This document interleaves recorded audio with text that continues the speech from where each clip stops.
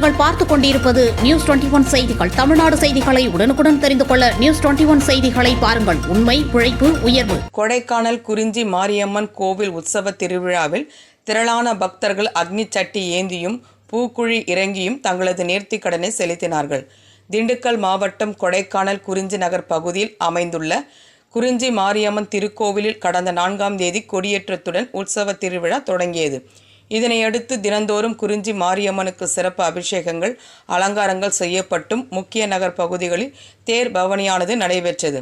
இதில் முக்கிய நிகழ்வான இன்று ஏராளமான பக்தர்கள் டிப்போ காளியம்மன் கோவிலிலிருந்து அக்னி சட்டி ஏந்தியும் அலகு குத்தியும் பறவை காவடி எடுத்தும் ஏரி சாலை, பஸ் நிலையம், மூஞ்சிக்கல், அண்ணா நகர் வழியாக சென்று கோவிலின் வாசலில் அமைக்கப்பட்டிருந்த பூக்குழியில் பக்தர்கள் அக்னி சட்டி ஏந்தியவாறு பூக்குழியில் இறங்கி தங்களது நேர்த்திக் கடனை செலுத்தினர்.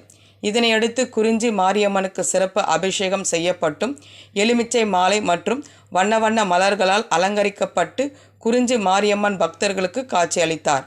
இவ்விழாவில் ஏராளமான பக்தர்கள் மற்றும் பொதுமக்கள் கலந்து கொண்டு சாமி தரிசனம் செய்தனர். நியூஸ் 21 செய்திகளுக்காக கூல் சுரேஷ்.